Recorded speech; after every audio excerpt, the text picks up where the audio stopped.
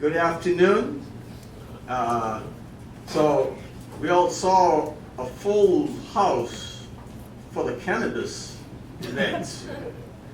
And here we are for the final event of innovation in F&B. So thanks for waiting. Ketan Mehta, the firm, the corporate development group. For the last 20 years, we've been focused on food manufacturing, distribution, food equipment, food packaging sector. 20 to $200 million in revenue companies. Three focuses. One is strategic advisory work for creating growth strategies for performing and underperforming companies.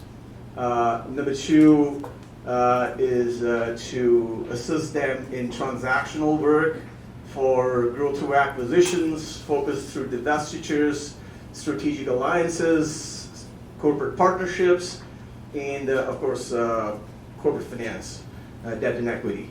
And the third focus we have is independent sponsor activity. All those in the middle market food sector. So today's topic is innovation in F&B sector and how the new emerging brands are taking away the market share from the legacy brands. Let me form a stage by a story, very short, and I call it a 5-year story. The story of 5 years. Both companies I want to mention are local, Chicago-based, RX Bar, and Kraft Foods. I'm an ex-Kraft Food guy, by the way. I started my career in R&D in Kraft Foods. Let's see. Peter Rehal, the founder of RX Bar, he spotted a gap in the very crowded protein bar category. Came up with a product with a very simple formulation. 3 egg whites, 6 almonds, 4 cashews, and 2 dates. And he wrote the formulation in the front of the package. I think you all know about it. And the last line is, no BS. Within 5 years, the company got sold for $600 million. Kellogg bought it. 5 years ago, Kraft merged with Heinz. Over 5 years, if you guys have followed Kraft stock, it has lost 60% of the market cap. The debt is $30 billion on the balance sheet, and this year they're going to do less than $30 billion in revenue. So, go figure. Wall Street thinks that they have to spin out some of the brands like Velveeta or Maxwell House or even Planters. So let's hear today the emerging brands. I mean, it's a great example of what emerging brands can do and disrupt the existing legacy brands. We have 4 very wonderful, exciting entrepreneurs with us today, and we're going to hear their story. The companies anywhere from less than $10 million all the way to there's a company on the panel which is going to do probably $100 million in revenue. And these are all in very short amount of time. So, you know, I'm going to start with Sam. If you can introduce your company and your product. Sam Kestenbaum, and I started my company 5 years ago now. And we've had a couple of brands, but our flagship brand is Parm Crisps, and you can get some snacks on the way out if you're not eating them already. We've got some fans over there, I like that.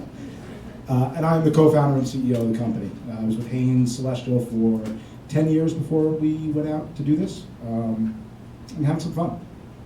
Very good. Paul. Hi, I'm Paul Seaman. I'm the founder and CEO of Boombox Beverage. We are a contract manufacturer for non-alcoholic beverages. We are a retort facility. which is a technology for pasteurization that is very underserved. We also have 3 house brands. We have a cold brew coffee called Vinyl Coffee, Dojo Tea, and a water company called Breakwater.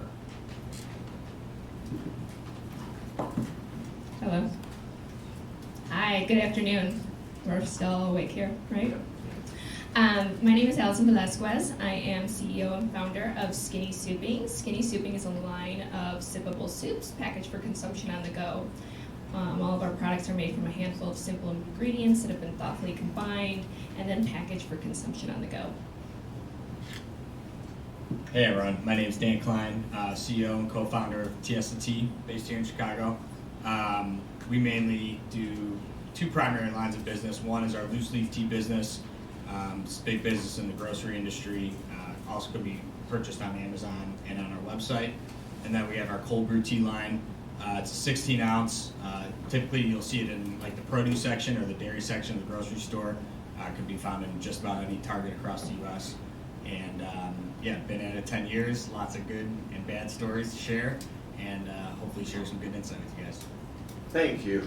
So let's try to get into these entrepreneurs' brains, and let's try to find out what thrives them. What is that they're ready to fight with the legacy brands and excel.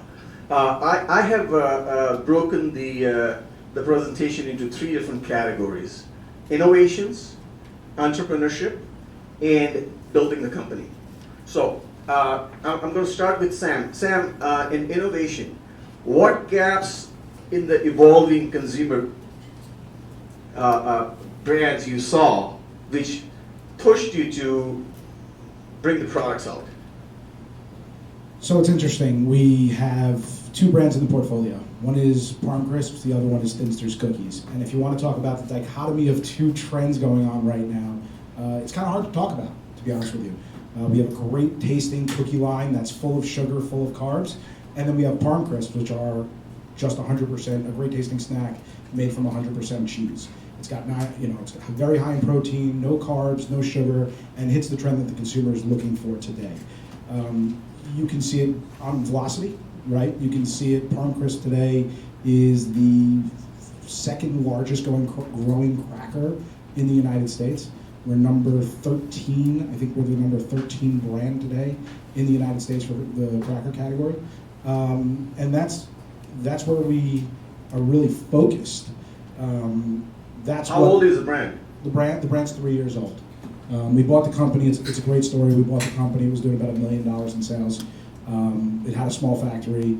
We took on a private equity partner who's been a great partner for us, and they've given us the ability to, go out, and I just opened up this new, brand new 70,000 square foot facility that's going to make, $70, $80 million worth of Parm Crisps this year. In terms of innovation and where we think the category is going, it's all about high protein, no carb, no sugar. So we are Parm Crisp, we are cheese, so everything we do moving forward will have a cheese component. But the whole concept of Parm Crisp is it's a better alternative than a potato chip, right? It's got great crunch, great flavor, no carbs, no grease.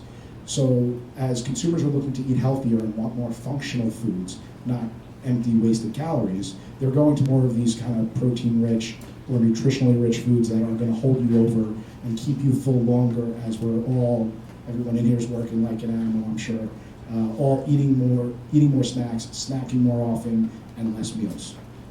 And that's really where we're going to go from an innovation standpoint. We're launching at the Expo West next week, which, if you guys are interested in food beverage space, there's probably no better place to go find small up-and-coming brands. And we're launching our first ever snack mix. So this is just, most snack mixes are very high in carbs and sugar. This is just Parm Crisps and then 3 different types of nuts. So it's got twice the amount of protein as a traditional nut mix, right? But all that crunch, all that flavor. And we're going to continue to innovate based off of that model.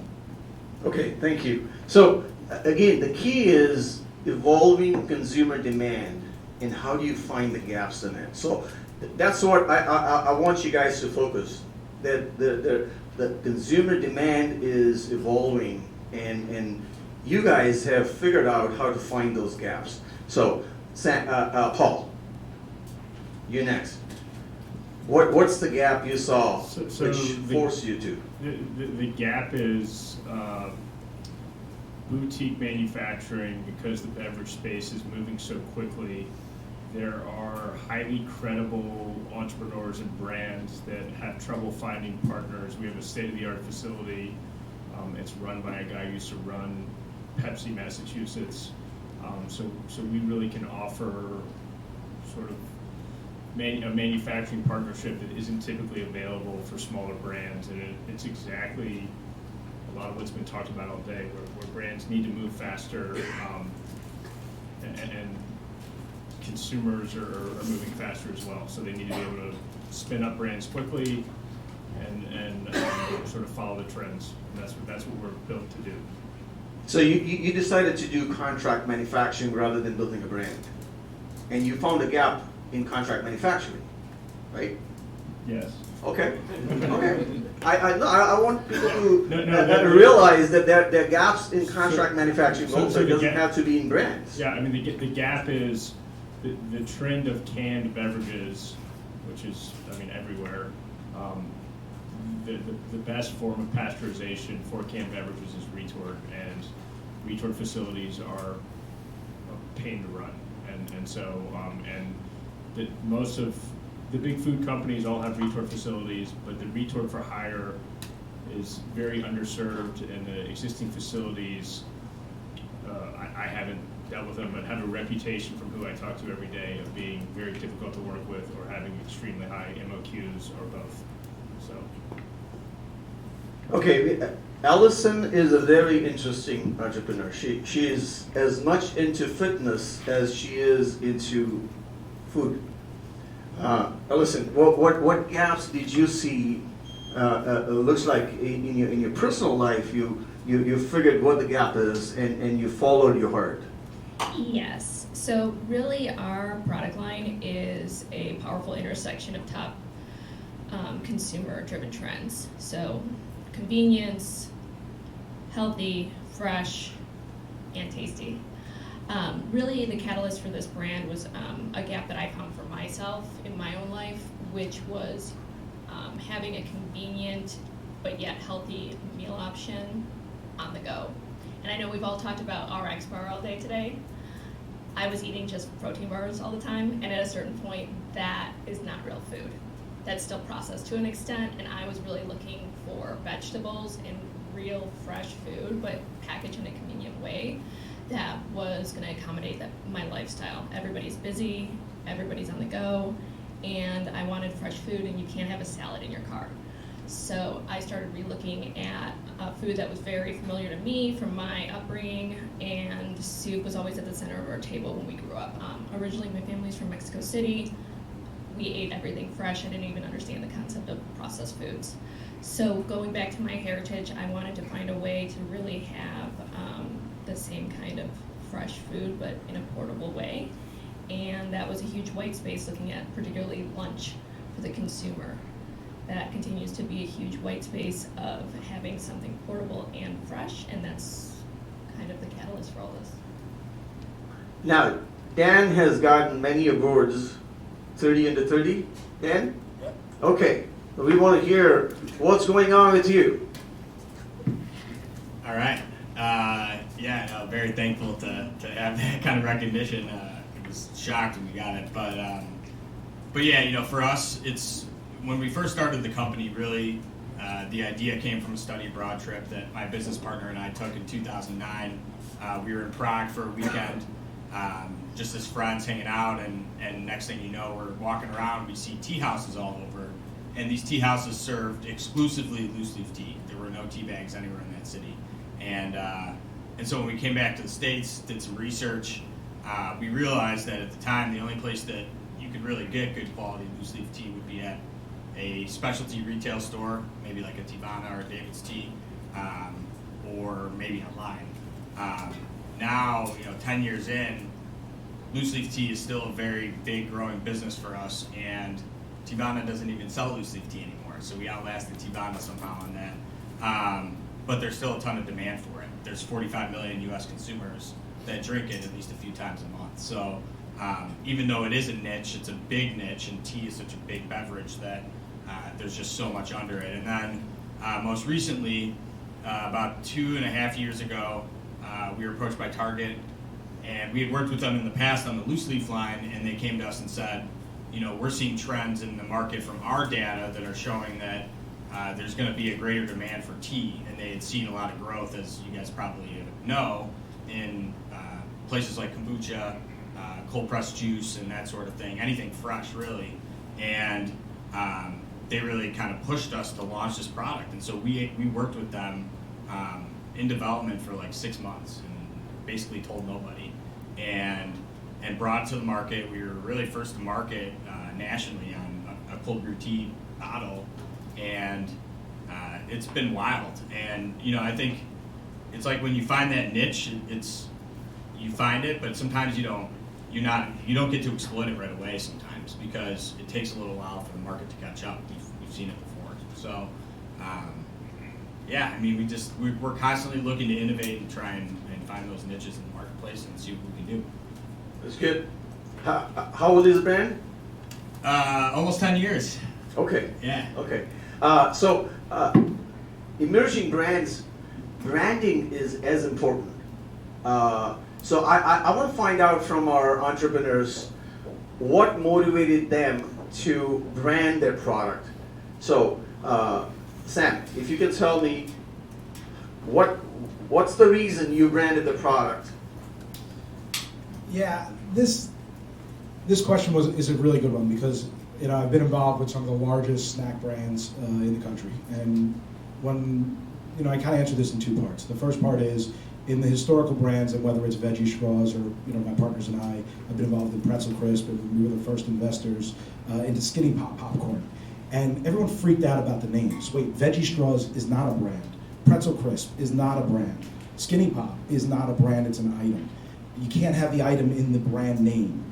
And that was going on for so long. But I think what everyone forgets is that that's how you describe the product. I am okay with being known as Parm Crisp. I love to be known as Parm Crisp, because before many of you picked up the product, a lot of you might not have known what a Parm Crisp is, right? And in that name becomes the definition. It becomes that reason to purchase. So when I bought the company, they had a brand name called Kitchen Table Bakers. No one knew what the heck that was. We very, very quickly realized that. We owned the name Parm Crisp, and that was how we decided to take our brand forward. And now, sure, are we locked into cheese? Absolutely. But again, this is the fastest growing category within the subject category within snacks. I'm okay with being known as the cheese guy. We don't need to build that lifestyle brand every time. Sam's company the brand is about 3 years old? Yeah, 3 years old. And they have already attracted the private equity at a high valuation. Yes. Congratulations. Thank you. We've been really lucky, because and really they didn't pay the valuation because of the product. Okay, a product you can get anywhere. Anybody can come up with a product or a name or a concept. What they paid for was the team, and I think you heard from the investment banker panel earlier. Those multiples grow with a platform. And that's what we offer in our private equity group. We were a group of serial entrepreneurs that have done this a few times now, and we've been successful with it. So the bet was really just as much, if not more, on us than it was on one product or the next. Good point. Talent acquisition is as important. So, Paul, you have a very interesting brand for your company. Yeah, we were very intentional in not naming it, you know, Smith and Sons or whatever, you know, most contract manufacturers are named. Remind the name of your brand. It's Boombox Beverage, and the whole idea. Boombox Beverage. Correct. The whole idea behind that is our customers care about branding, and the way that I tell customers or potential customers this. We're almost like hiring a nanny. I have 3 kids, where it's like, okay, you're going to help raise my kid, and so you want a contract manufacturer who sort of understands what you're trying to do, and so it didn't feel right to say we understand what you're trying to do, come to AAA contract manufacturer. So that's why we're branded. Listen. Yes. So very similar to what Sam was saying, skinny souping, the name came really from the fact that we're skinny on ingredients, big on flavor. And when looking at the category of soup, which everyone knows is incredibly sleepy, we were really carving out a new category for grocery, and we needed a way to immediately let people know that this was a very different product than, you know, the canned Campbell's chicken soup that's sitting in someone's dusty closet somewhere. And the label is only so big, and we needed to use every inch of that in order to convey a message and convey a story to our consumers, and that's why we decided to go with skinny souping. We wanted to let consumers know that we were skinny on ingredients, it was something clean, fresh, and light, and that you could feel good about it and have no guilt. There's a misconception about skinny being associated with weight loss. It has nothing to do with that. It's really about the ingredient list, the fact that we're vegan, plant-based. It doesn't hurt, though, that each of our soups are between 100 and 300 calories. No one ever complains about that, but that is not the real reason behind the name. Dan's name is pretty good. Fiesta, siesta, chiesta. That's right. Okay. Yeah, so, you know, we were thinking of different names. We wanted something with tea in it, just because we felt that that made sense and you know, a little bit easier to understand when you're a new brand if you had the product in the name. And when you think of fiesta, you think of a party, right? That's an experience. When you think of a siesta, that's a nap. That's an experience also. And so what we call tiesta is a tea drinking experience. And so, you know, what we really strive to provide across all our product lines is a premium experience. And for us, that all starts with loose leaf tea. So we have product lines for food service. We have bottled tea. We obviously have the loose leaf, but about 5 years ago, we made a conscious decision that everything was going to be based off that premise, that loose leaf tea that we discovered 10 years ago that had this great flavor, that was going to be the premise of our brand. And doesn't mean we haven't gone into different avenues and categories, but it's all backed by that same belief. And ever since we did that, now people are starting to kind of think of us, oh yeah, they're the guys that do loose leaf tea, or oh yeah, they have a cold brew tea line made with loose leaf tea. And we're starting to get some notoriety on it. And it's nice when you figure it out, but it took us 5 years to do that. Very good. Dan. In innovation and finding the gaps in the trends, one of the things which is important is figuring out the competitive advantages. So I want to find out from the panel that what are the competitive advantages they have against the legacy brand. Could it be technology? Could it be the formulation? Could it be supply chain? Explain, Sam, what do you think is the competitive advantage your brand has against any legacy brand? Sure, so this was actually my favorite question because sometimes any entrepreneur will tell you, probably you all know this, it's better to be lucky than good. When we had bought Parm Crisp, it came with a very, very small facility. We actually just shut down that facility last week. We stumbled into it, okay? There was a lot of thought about going to a co-packer. It would have been a lot more cost effective to do that. In our business, what we found was there's not a whole lot of capability or capacity in the US for a product like ours. So having that ability to produce the product ourselves is probably the biggest core competency competitive advantage we have. I would say though, supply chain. A lot of you guys talked about concentration in the last session. That is probably the biggest problem in our business today. We all know that Costco and Walmart and Sam's Club and will be the biggest customers you have. It's no different than suppliers. So having a diversified supply chain, extremely important. Manufacturing, extremely important.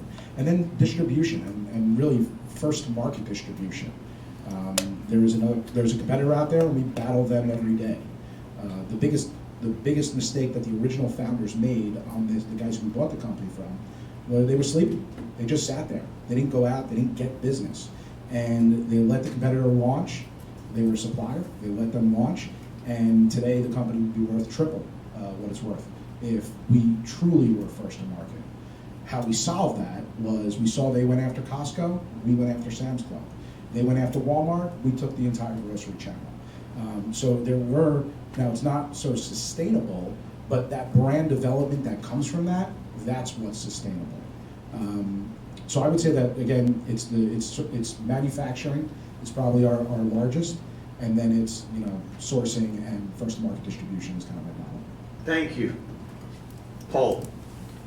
My answer is not quite as extensive. Ours is agility. I mean, I think a lot of contract manufacturers are very, and that's good and bad. I mean, part of the reason we can be agile is we're not as automated as a lot of other places, but we can talk to an entrepreneur, decide if we think they're credible. We typically ask to taste the products, which a lot of people are confused that we actually care what the product tastes like.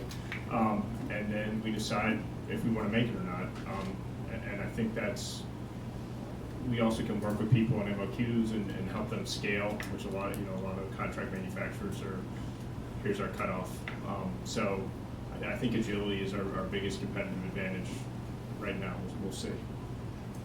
Paul has a very good background. He's an attorney by education. He has practiced law in New York, in M&A, and he has worked for public and private companies. So, as an entrepreneur, excellent background. Now listen.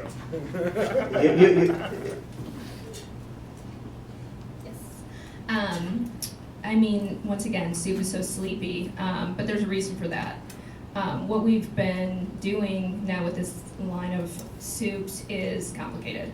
And there are a lot of complications, everything from the packaging to the formulations to the cold chain, and it's hard. Well, your biggest competitor being Campbell's Soup. Yes. So maybe how did you find the gap, and what are you doing to build your brand? I mean, part of it, one of the great things is that we started as a direct consumer brand, so we had a direct line to the consumers, and that's one thing that legacy brands do not have. They're so far removed and in boardrooms drawing up ideas of what a product is going to be and who might like it.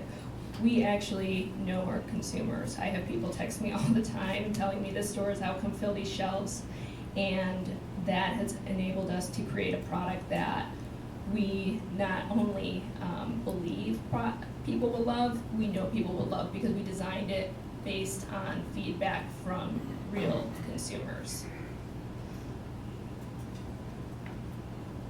Dan? I'm going to steal your answer, Paul. Ours is also agility, I would say. Competitive advantage, you know, as a brand in the marketplace, we've been able to move quickly on projects like that Target project. We did one that's a bigger bottle that's launching in Kroger this year in about a month. And when you know, from the time that we spoke to them to the time we launched that product in Target is probably about a 9-month window, which means that you have to literally line everything up, including inventory, including packaging, design, how you're going to bring it to market. But because we had a big enough customer that was willing to commit to it and kind of help us through the development process, we were able to move quickly, and they were adamant that we had to move quickly. And so, you know, when you think about the bigger brands, I mean, it takes them quite some time to get some of these new innovations out on the market, and so as a brand, you know, if you can find that sweet spot and find something interesting and beat, you know, the big guys to it, first to market is always nice, as Sam mentioned. Okay, the last point I have on innovation before we go to entrepreneurship is the consumer demands keep changing. Consumer is really moving fast and the demands keep changing. I want to know from the panel, the entrepreneurs, how are they going to cope up with as the demand change? Do you guys have a product line extension, a new product as you understand the market in your sector? Sam? So I think I already talked about this a little bit, but we're launching the first ever snack mix with 10 grams of protein. A lot of you guys saw the jerky revolution. I know Crave sold, and we could argue whether or not that was a good deal. But a lot of people tried to come out with beef jerky nut mixes, right? Snack mixes that include beef jerky. And very quickly they found out that the consumer doesn't want that. And I don't know if any of you guys have actually ever had, jerky and nuts together in the same mouthful. At least in my opinion, it's not so pleasant. So that was kind of the inspiration behind the nut mix, right? To keep to the snack mix, to kind of give it that burst of protein, if you will, because that's why consumers are eating nuts and eating Parm Crisps. And then keep that kind of flavor going, things that make sense together. Everyone has eaten in this room cheese and nuts and fruit. It's a natural connection for that consumer. So that's going to be our big product launch at Expo West. And we're going to continue to innovate on different types of cheese. Somebody was eating the 4 cheese product, which is one of my favorites, but just different types of cheese offerings. That's kind of where we're going. I think Paul is going to be focused on Execution. Execution. That's what I'm focused Okay. on right now. Okay. We're running short of time. So, Ellison, are you thinking of any product line extensions as you learn consumer demands and how it's changing? Well, that depends on if you're a trend. Soup isn't a trend. Realistically, soup is actually the oldest food known to man. If you didn't know that, the first recipe on record is that of soup, and we're bringing soup back to what it originally was, which is a real fresh, healthy meal, only packaged for today's lifestyle. In regards to any kind of extensions, we're going long on soup, and we can easily change flavor profiles or nutritionals in order to match and be in line with whatever consumers are looking for today, but soup is really here to stay. For us, we have, as I mentioned, a larger, what we call the family style bottle coming out in some of the Kroger stores next month, and that was due actually to us and Kroger kind of looking at the dairy category. And so dairy right now is in a really interesting place because milk is down, orange juice is down, so those are the top 2 items. And then when you think about what's up, you have almond milk, you have oat milk, you have some super hot products in there, and now you're seeing this emergence of tea. And for us, I never thought we would see our tea in a dairy section. And suddenly dairy buyers are like, oh, we're seeing all these trends in tea, put more tea in. And it's like, and up to that point, every single store, it was Pure Leaf, Gold Peak, Pure Leaf, Gold Peak. And now Honest Tea's come out with a line, now we're coming out with a line, and it should be fun. That's great. I mean, this is what makes these entrepreneurs thrive. So let's talk about the entrepreneurship. The successful entrepreneurs have specific qualities, and let's find out what do they think the qualities they have to be successful entrepreneurs. So Sam, what do you think are your qualities to be successful, to build a brand in 3 years and attract a private equity investment? Yeah, I think, 2 different questions there. The private equity investment, again, it's that has changed over the last 5 years since I started doing this, and we sold to private equity about 4 years ago. And when we started the company, it was about growth. You guys said it before. Everything was about, grow as fast as you can, the money will come, the money will come, the money will come. And then there were a couple of really big deals that didn't go well. And all of a sudden the business changed. And we had to completely refocus our model. And we changed our model completely. We went from a model of growth to a model of growth with EBITDA. And we don't take deals today that are just for growth. We turn them down all the time. It's really about driving that EBITDA and managing, as somebody who does private equity, managing capital. Right? We are risk managers at the end of the day. And I don't care if it's you guys in the finance world or if it's me launching a food product. We take their capital just like it's our capital. And then I would say the work, right? Any entrepreneur, anyone on this panel, I'm sure, has bled multiple times for their business. My CFO called me yesterday, and he was nervous about this, nervous about that, and I said, welcome to being an entrepreneur.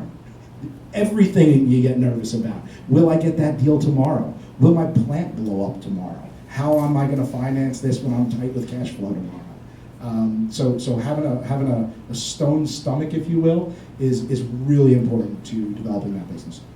Now, Paul, you had no food or beverage background before you started your company, correct? Yes. Okay, That's so correct. what are your qualities as I'm the a classic successful entrepreneur? I'm the classic entrepreneur who probably shouldn't have done what I'm doing. You know, I dove in head first, and you know, fortunately, it looks like it's going to work out. But there's a lot left to do. Because of that, I think it's three qualities. I think it's perseverance, which, you know, exactly what you're talking about. There's a lot of sleepless nights. There's like a lot of 3 a.m. walking around thinking about stuff. Knowing what you're good at and what you know, and then having an ability to find answers and to listen to the answers that you find. So I think those are the. Yeah, Paul was working for the first 3 panels in that corner, doing his job. Focused. Allison, what are the qualities you think you have to make you successful?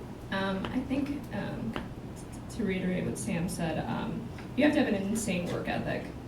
I think my drive is one thing that really helps push not only myself forward with the business, additionally having a clear vision of what you want, where you're going, being able to filter information that comes your way. And then additionally, having an ability to either pivot or be prepared to be unprepared, because every day is a new disaster. And yeah, having the passion to continue and make that vision come to life. Very good. Dan? Yeah, I mean, being any kind of food and beverage entrepreneur, you just have to be a little crazy, I think. There's just, life is just 24/7 crazy. You know, it might be an issue with a co-packer. It might be, you know, 3 new retailers you're flying out to see in 1 week. Could be trade shows, wherever, whenever. You know, we do trade shows here in Chicago. We still brew the tea at our office. I cart it in a mile down the McCormick Place hallways and bring it to the booth. And if you're not willing to do that as a co-founder or owner, you're just not in the right spot. And I think, you know, everyone here on this panel, I mean, you guys all know what it's like, and it's not easy. It's a tough business, and these legacy brands have a lot of money, so it's hard to compete, and you really have to just outwork your competition and listen to your customers. And at the end of the day, that's what we really try and strive to do. Very good. So, as entrepreneurs building a new brand, they're going to be hurdles, and you guys all have faced hurdles. We want to find out just 1 or 2 examples, maybe 1 example, we don't have too much time, of what specific hurdle you faced and how did you overcome it? When we Besides capital, by the way. Cash flow. When we started the company, like I said, I worked for Hain, and working for a big public company, your mentality is very different. Starting this company, cash flow, I never appreciated how important cash flow was. At Hain, you overspend a little bit on a program, you get your hand slapped, but the money is there. You don't ask where it comes from. Starting this company, and you know, you overspend, and it's like, oh my God, how am I going to pay my employees? Okay, we got to go out, and you kind of fake it till you make it. But I think what gets lost a lot of times here, guys, is from an entrepreneur standpoint. We love our investors. Sometimes you get battles, but at the end of the day, we're all in it to win. And working with your investor group, whether it's family and friends or whether it's private equity, is extremely important to success. And I think I see a lot of times in, not so much the bankers, but more the private equity groups, it's about the money. And with us, it has nothing to do with the money. It has to do with seeing the product. It has to do with when my kids walk into a store and they call them daddy cookies. That's better than any check that I've ever received. But the cash flow, to get back to the question, was the big change. Paul, a big hurdle besides capital? There's a daily challenge. This morning, we had a guy who I was really excited about starting to run the plant. His dad got sick. I woke up to a text that he's moving to Florida to take care of his dad. We've been planning around his arrival for over a month. So I was supposed to have meetings downtown, canceled the meetings, went out to the plant, talked to the VP of Ops, and we're like, okay, what are we gonna do? We gotta solve this. We gotta fill this position. So it's every day there's a challenge. So you either have the stomach for it, to Dan's point, or you don't. I mean, you either Challenge having the right talent. What's that? Having the right talent in the organization. There's just a daily challenge. I mean, I don't think there's like an overarching challenge. There's something comes up every single day or every single week that you have to figure out. Okay, here's a new puzzle piece. What do we do? And everyone's looking at you. What do we do? There's no like big organization to go ask the CEO. You know, what do we do? You're the CEO. So how do you solve it? It varies by situation. I mean, You pray. Yeah, you pray. You wait for more cards to turn up. Allison, maybe an example of one or two big hurdles, and how did you overcome them? Yes, really bringing this whole concept to life was a huge hurdle. We, like I said, initially started talking directly with our consumers. We did a qualitative test. We did a huge quantitative research, and we knew what we wanted to make. It was just trying to make it all happen, and finding a co-packer that could package the fresh nature process, everything that we wanted in this type of container. Turned out there was like nobody who could do this. Then the original containers we had started, the lids wouldn't fit, they were being processed poorly, so then it was leaking, and then we had to have custom packaging made. The formulation needed to be redone because we wanted to extend the shelf life. We have a 90-day shelf life with absolutely no preservatives. It's fresh, it's delicious, it's amazing. All the flavors were designed to be delicious hot or cold, so it doesn't matter what part of the country you're in, what time of the year it is, you can always enjoy our soups. All of that was a big pain. Very good. Dan? Outside of capital and cash flow, which are by far got to be our two biggest challenges, and a lot of businesses' challenges, one of our largest was really trying to figure out how to go from a dry, loose-leaf tea business, which is very easy to ship, efficient, doesn't involve any refrigeration or glass, to selling a refrigerated glass product that has to be refrigerated all throughout the chain. And I mean, still to this day, it's like, man, like that. It was a brutal change, and thankfully we still have the loose leaf tea business to kind of back us up and allow us to take some chances on the bottled stuff. But I still don't know how we figured it out. We just kind of did. It just worked. Okay. We're short of time. I have several questions, but let me ask one more question, and then we'll open up for Q&A. So, building the company, if you guys can tell us your future goals and vision. Sam? I think the big surprise is we want to sell the business. Okay. Whatever your vision is. No, I think, look, I'm a little different. I was brought up in my career to run a business for a long time. That being said, we have investors, we have partners, and they're always, going to be looking for that exit. We are striving to be the largest player in our space. That is our goal every single day. That and the ability to make money. This new plant that we opened up, it cost us about $10 million to build it. We have to return that capital. That is my number one priority every day, is figuring out how we're going to continue to make this efficiently, figure out how we're going to make this profitably, and then ultimately, because that will lead to the sale and the turn. Okay, Paul? We want to build a platform where we can incubate beverages, get them to a certain level of production, and then have them grow into a larger facility, so that there's no one who does the entire life cycle of a beverage company, and that's what we would like to do. You want to have several locations throughout the nation?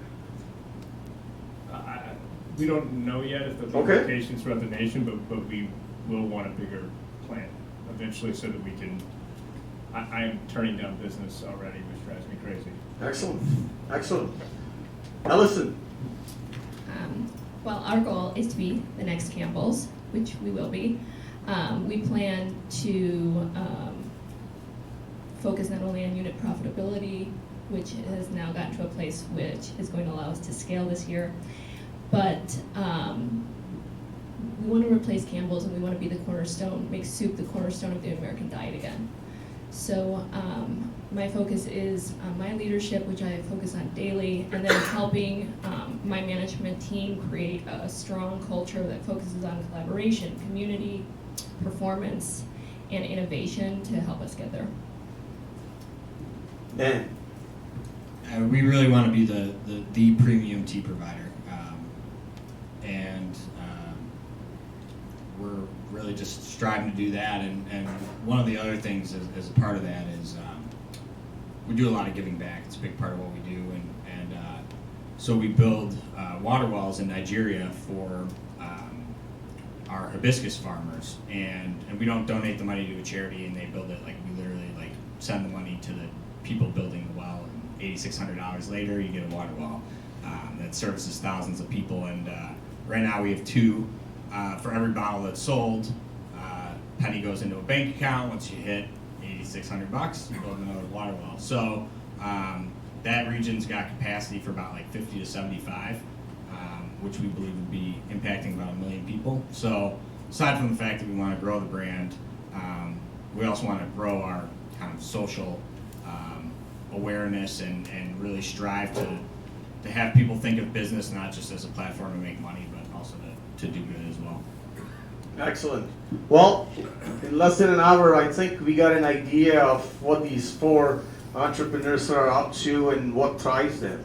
So I'll open it up to Q&A. There we go. A question for Sam, by the way. I work for Meyer Lemon.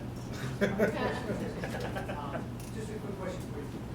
When you bought the plant, or maybe now, are you making the Parmesan as well, or do you have supplier? So we have a supplier for, the question was, do we make the actual Parmesan cheese? We have a supplier for that. I am always on the lookout for a cheese company. If anyone has one, I'm interested. But yeah, that's the sourcing of the cheese is actually the biggest opportunity in my business today. Well, you may not want to do vertical integration and have all the products in-house. Yeah, I think because we are talking about something that is 100% cheese, it makes a lot of sense to create some kind of strategic partnership with a key supplier. We have one today. I'd like that to be a little bit stronger. Why I like couldn't they that. be a buyer? Sorry? Why couldn't they be a buyer of your business? Not gonna answer that question. They could. The answer is they could and they should. So, yeah. Alison, do you need a mentor, or you are on your own? No. I have a big community of mentors and people that I turn to. As Dan was saying, the food community here is very vibrant, and it's a huge support group. So between other fellow entrepreneurs and our own advisor board, we also have random people like Walter Robb from Whole Foods, CEO of Whole Foods, will randomly call and check in and make sure I'm staying on task. So I definitely have a lot of people to lean on. Wonderful. Sam, do you have a mentor? Like everybody else, I think I have a lot, and it's amazing it's amazing how many people out there, especially the ones that have done it before, are so willing to give you advice, and I appreciate that. But the one would be Jason Cohen, who is the founder of Veggie Straws, and now from the ground up, and does a lot in the PE world now as well, acquiring brands. But he really, when I was at Hain had bought Veggie Straws, and seeing that entrepreneurial spirit, seeing how he interacted with his buyers, quite frankly, seeing how he interacted with competition. One of the funniest things was when we were at a trade show, everyone at Hain would hide their sell sheets. By the way, you go online and find that information. Jason knew his competitors. He knew what was going on in this space. And I always thought that was very interesting, but Jason is a partner and a friend. Very good. Paul, you want to say anything? I would say my next business, I will have a co-founder. Because there's a limit to how much you can talk about your business with anyone who's not in the trenches with you. Any further question?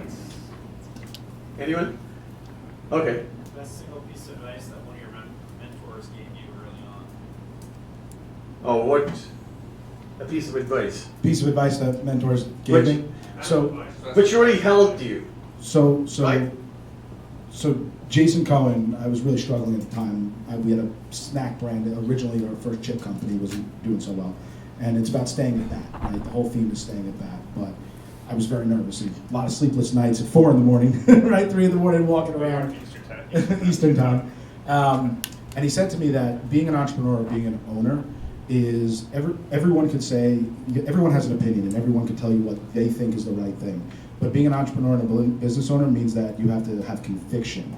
And you have to make the decision, stick to it, be able to pivot obviously when it's not going your way, but have that conviction to really stay the course. And when people tell you not to do it or people tell you to do something else, just keep going, keep battling. Allison, you have a comment? Focus on your team. Taking care of your people, and they're going to take care of you, and then the brand. Dan? I think the best one for us is just, one of our mentors said once, just focus on the why. Why are people buying your product? Why do they want to pick it up? Why do they want to buy it again and again and again? And is it easy for them to understand what it is? Sometimes I know I get into my own rabbit hole where it's like I know all the language around TST. I know all of our brands, all of our flavors, but the average consumer knows nothing about our brand. And so, really focusing on just like translating that. I thought I've never forgotten that tip, and every day I think about it. Excellent. Okay. Any other question before we adjourn? Very good. Well, thanks, you guys. Good luck to each of you. You're doing a great job. Continue it.